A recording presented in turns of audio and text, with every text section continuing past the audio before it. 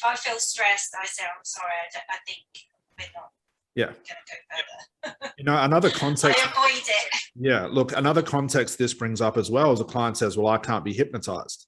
Who's heard that before? Yes. What do we do? What could we do? Why'd you come in? Give me one thing. Yep. Just start talking. Yeah. Stare at them. Stare at them. Stare at them, smile, really. Start with that. That's the place to start. So the client says, I can't be hypnotized. Really?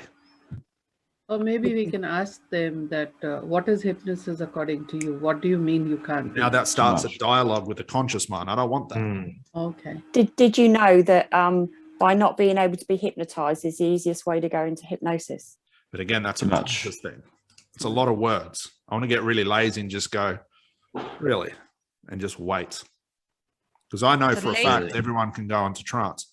What I don't want us to do is go, okay, well, did you know that only smart people can be hypnotized? Here's the history of hypnosis. You know, let's try relaxation. Just look at people. Do this as some homework, guys. If you've got kids or something like that, and you know they've been up to something they shouldn't have, and they come through and you go, I need to speak to you. Okay, what have I done? Or, you know, yeah, I'll come through, I'll speak to you. And just look at them and smile. Or just look at them. Probably don't smile, probably better. And see what comes out of their mouth. And just wait. It just shows you pressure creates a lot of diamonds, especially with clients. When you slow down and pressure, it makes them reevaluate the answer they just gave you. So if you're looking to create an unconscious moment, pressure and staring does a really good job of that. Well, yes. Then will they connect to that? Because I get that. Well, I can't be hypnotized. And then what I've done in the past is, you know, have you ever driven from your house to work and you get there and you're like, I don't really remember. That's a lot of words. Right. I want to learn how to slow it down. But when they say that and you do this strategy, really, will they click and connect? Oh, that is hypnosis. I guess I can be hypnotized. I don't care if they connect with it or not. I'm basically saying you're going into trance by me staring at you right now. I don't care whether they believe it or not. And this is what will happen. You'll stare at them, you'll smile, and you'll see them trancing out a bit. There you go. But on the strategy call, because on a strategy call, you would have to be more logical. If it comes down a strategy call, you could use those metaphors. That's where it comes out. Okay. Yeah, if it's in an actual session and they bring that up, use it as a gateway to trance. But yeah, on the strategy call, definitely explain it to them. But even then, I would say, well, let's just don't worry about the trance stuff and let's just solve your problem. How does that sound?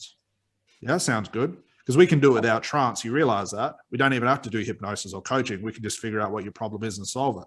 How does that sound? That sounds awesome. But don't hypnotize me. Okay, I promise I won't. Then they come in the session and then it starts. Then I feel like they might say, well, then how are we going to solve it? Come in for the first session. I'll show you. Okay. Remember, when you start to explain things to people, people are going to glaze over anyway. They're not going to pay attention. It's a lot. Now it's pressure on you. You're now trying to perform and convince them. Yeah. Your job on the strategy call is to keep their mind on the solution. Okay. Does that make sense? Yeah, that's where I've gotten stuck on the strategy called the process I use. Yeah. And that's where they say, well, I can't be hypnotized. I've tried it. Yeah. And I say, great. Well, I'll just use something else. We don't have to worry about trance. Why don't we just put all of our attention on solving this problem once and for all? Because you told me you want to get out of this narcissistic relationship because you've been in for 30 years. That sounds important. So it's something you want to get rid of, right? Yes.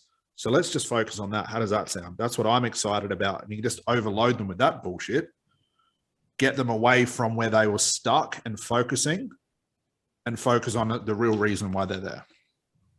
And then you would say, like what we said before, we'll just work on this till it's fixed. That's it. We'll just, and they go, oh, okay. I'm going to give you all of my attention, all of my focus, and as much time as we need, because my goal is to make sure you resolve this once and for all. Okay. How does that sound, client?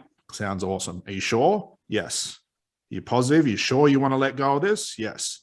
How do you know? You could even do a little testing cycle there. It'll get them really excited about the change. All right. So any more questions?